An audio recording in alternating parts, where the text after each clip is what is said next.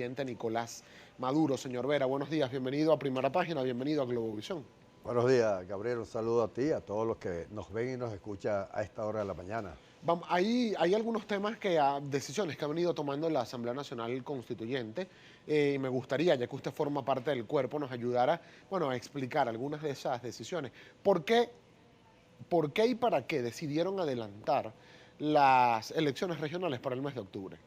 Fíjate, yo creo que en principio hay que evaluar lo que ha sido la conducta de la Asamblea Nacional Constituyente. El primer mensaje, el primer elemento, lo primero que se dio fue la paz, la tranquilidad.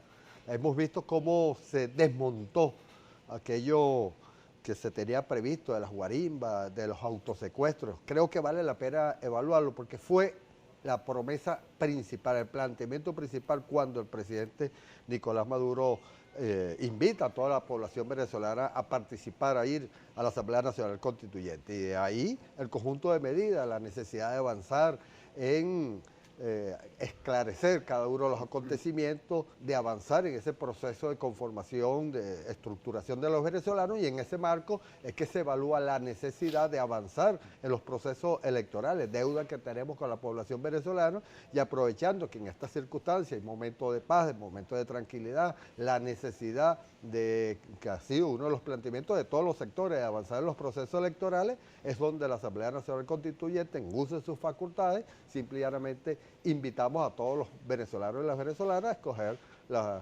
sus nuevos gobernadores. Ahora, ¿cuándo va a ser la próxima sesión plenaria de la Constituyente? Hoy, esta Hoy tarde tiene. vamos a tener. Esta tarde, a las 3 de la tarde, correcto. La Ahora, ¿van a discutir en esta sesión plenaria de la Asamblea Nacional Constituyente esta propuesta de emitir una carta de buena conducta para quienes deseen o aspiren ser candidatos a gobernadores en el país? Hay un conjunto de propuestas, planteamientos que han señalado algunos de los constituyentes, y hemos venido desarrollando todo un proceso de debate interno para su evaluación. Nosotros vamos a seguir en estos instantes recogiendo lo que es el planteamiento que hay de los diferentes poderes como un elemento fundamental de las primeras decisiones que tomamos, que es la subordinación a un órgano tan importante como la Asamblea Nacional Constituyente, plenipotenciario, y vamos a continuar avanzando con la constitución de los poderes. Igualmente vamos a seguir construyendo todo el mecanismo para abordar el otro gran tema que tenemos, que es la parte económica. Que sobre eso ya vamos a hablar en tan solo unos minutos, pero usted particularmente, como constituyente que fue electo por el sector de trabajadores, ¿estaría de acuerdo o votaría a favor de que la Asamblea Nacional Constituyente deba expedir una carta de buena conducta para las personas que deseen ser candidatos a los cargos a elegir? No, yo lo que creo que hay que hacer una revisión y un análisis de los que se han propuesto como gobernadores en un análisis para que no haya impunidad. Aquí no podemos olvidar que hubo un llamado bien importante de algunos sectores de la oposición que ocasionó muertos, que ocasionó niveles de odio que nunca habíamos visto en el país, que ocasionó consecuencias desde este punto de vista económica, que ocasionó, entre otras cosas, acciones de carácter internacional, como vemos que en estos instantes amenaza al presidente de los Estados Unidos. Son acciones que no pueden quedar impunes, y dentro de eso, el planteamiento que hemos tenido, y algunos lo compartimos, es la revisión de quienes hicieron esos llamados y, por supuesto, tomar las medidas necesarias para que más nunca ocurra. Aquí no puede ocurrir en Venezuela, Gabriel, más nunca. Bueno, que simple y llanamente algún sector, por inmunidad que tenga o por cualquier situación desde el punto de vista político que se plantee, bueno, secuestre a venezolanos, ocasione daños tan importantes a la economía, queme a venezolanos y venezolanas, como aquí se realizó, y simple y llanamente no ocurra nada, y simple y llanamente puedan aparecer después como candidatos en cualquier organismo de representación. Creo que vale la pena el análisis de cada una de las candidaturas, y bueno, y seguir en el procedimiento que a través de la Comisión de la Verdad vamos a efectuar para que de verdad aquí no haya impunidad en estas acciones que y esa Comisión de la Verdad Constituyente, Vera, investigará solo opositores. ¿Qué va a pasar, por ejemplo, con denuncias que se han hecho de violaciones a los derechos humanos por parte de funcionarios del gobierno nacional o funcionarios de cuerpos de seguridad? Va a analizar, discutir y evaluar a cada uno de los sectores y denuncias que se puedan producir. Incluso si usted ve la forma, el planteamiento que hay, cómo se ha constituido, bueno, se plantea incluso que puedan haber vocería de cualquier sector, que hagan las denuncias, que se hagan las investigaciones, que se hagan las evaluaciones, y sobre todo que se tomen las medidas necesaria para que más nunca aquí se desarrolle los niveles de violencia y de locura que tuvimos que vivir lamentablemente los venezolanos en los últimos meses. Y va a ser imparcial esa comisión de la verdad, porque quienes la integran son todos de una sola tendencia No, política. hay ¿Dónde se garantiza el carácter de imparcialidad a la hora de administrar justicia, que además es un principio básico en el mundo entero, la imparcialidad en la aplicación de la justicia? Hay un planteamiento en su conformación, incluso de participación de sectores que puedan estar en la Asamblea Nacional y en otro tipo de organismo que permita realmente hacer los niveles de investigación necesarios, porque es lo que nos interesa. Aquí, insisto, se desarrolló toda una jornada de odio, de campaña muy importante contra los venezolanos que causó demasiado daño a los venezolanos. Nosotros estamos convencidos de que vamos a buscar la verdad, va a ser público, incluso parte, ¿a qué sectores de la Asamblea Nacional van a invitar? Parte de los planteamientos que se han señalado, que sean los debates públicos, los debates que se den de tal manera de lograr realmente que se determine la verdad. Usted decía que van a invitar a sectores de la Asamblea Nacional. ¿A cuáles sectores específicamente? Forma parte precisamente de las coordinaciones que en estos instantes se están desarrollando con los diferentes poderes.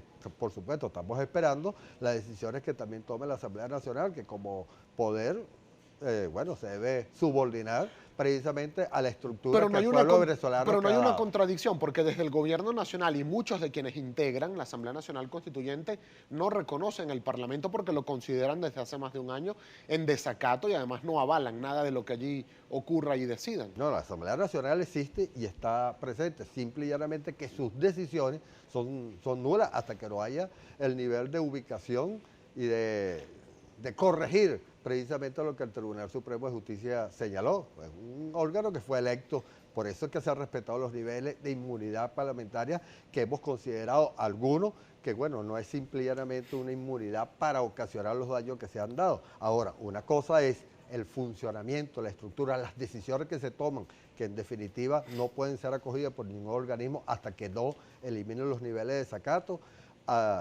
que la presencia y participación de los diputados y diputadas, que son diputados y diputadas de la Asamblea Nacional. Ahora, estas decisiones que está ya tomando y que continuará tomando la Asamblea Nacional Constituyente, ¿van a ser sometidas de alguna forma a la consulta popular del pueblo venezolano? No, hay decisiones que inmediatamente se están tomando, como es la designación del nuevo fiscal como parte de la investigación, revisión que se hizo de los sucesos que venían ocurriendo y que no van a ser sometidas a consideración. Otros elementos como las leyes de convivencia, los decretos de convivencia que hemos desarrollado, la ley de la Comisión de la Verdad, que simplemente como parte de las facultades y decisiones que la Asamblea Nacional Constituyente puede tomar en su carácter plenipotenciario, bueno, vamos a tomar y vamos a seguir tomando. Hay otras decisiones. ¿Pero qué tipo de consulta hacen? Porque, por ejemplo, en la Asamblea Nacional, y usted que formó parte muchos años de la Asamblea Nacional, lo recuerdo incluso activista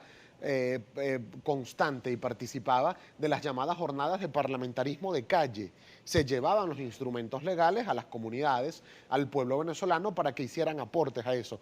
¿Por qué no se está dando de esa forma con la constituyente? No, al contrario, se está dando y con mayor dimensión, precisamente hasta por la conformación de la Asamblea Nacional Constituyente.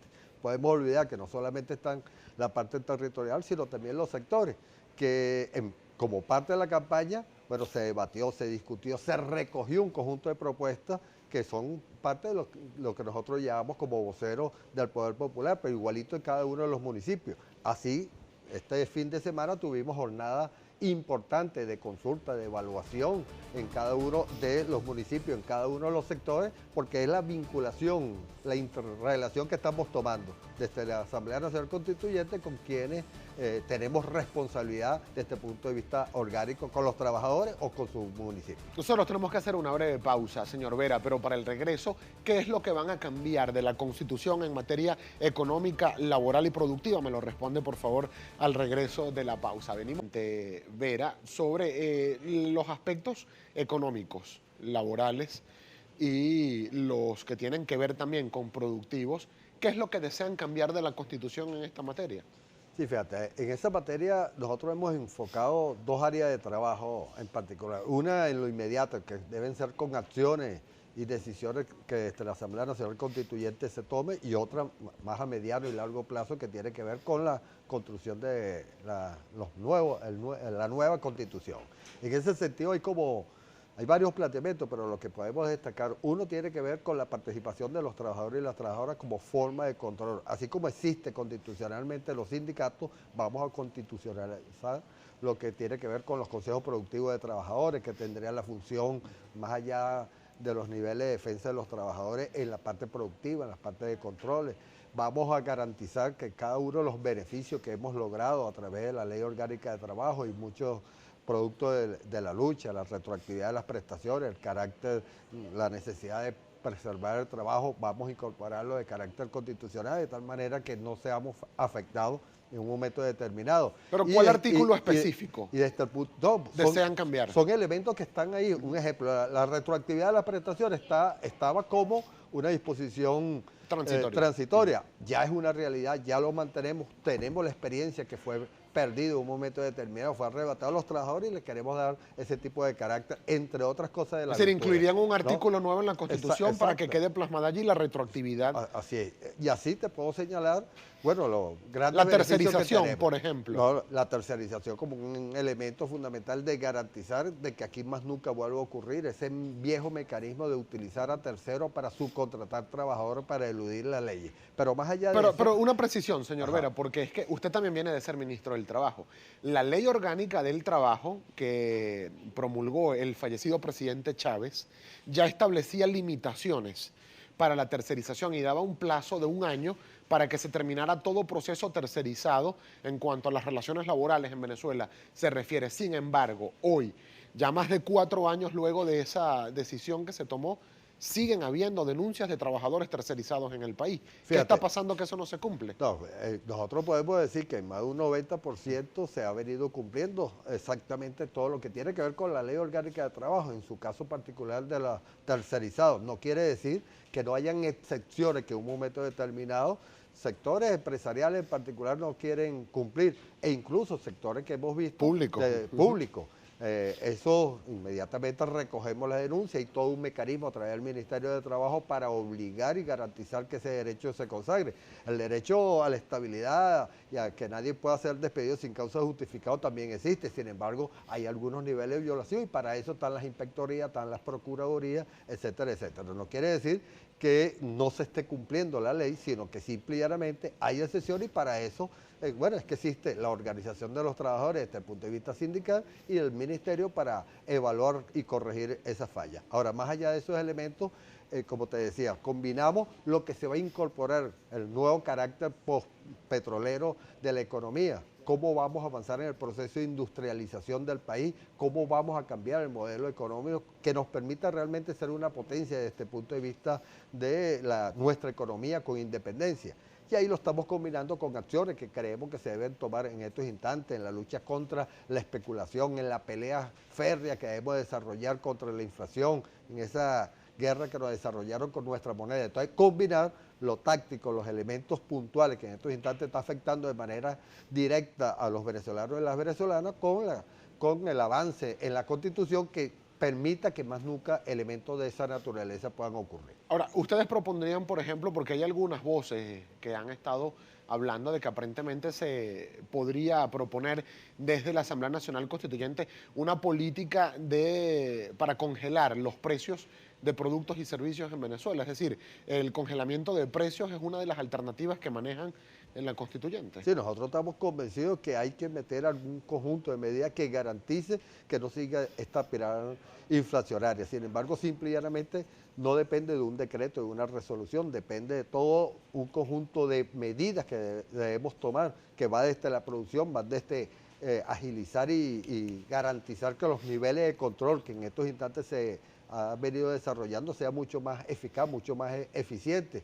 Es garantizar que los productos existan, es garantizar que esa combinación que se debe desarrollar entre el sector privado de empresarios con el sector público, bueno, sea una combinación eficiente. Y de ahí, van a revisar, por ejemplo, la política de expropiaciones y de nacionalizaciones de algunas empresas y de algunos sectores productivos que, a la luz de los años que han transcurrido, evidentemente no fueron exitosos. No, fíjate, lo que se está revisando es los niveles de la cadena productiva, porque a veces se han cometido errores en toda la cadena productiva. Sin embargo, los procesos de recuperación de un conjunto de empresas que en muchos casos fueron y son eficientes. Nosotros no podemos negar el Banco de Venezuela, CanTV, y así te puedo señalar, Sidor, que ahorita está dando un gran paso con la participación de los trabajadores. Sidor, ¿le parece un proceso exitoso en la No, nacionalización? en estos instantes es un elemento, después de una situación difícil, bueno, ahorita está dando unos niveles de producción bien importantes.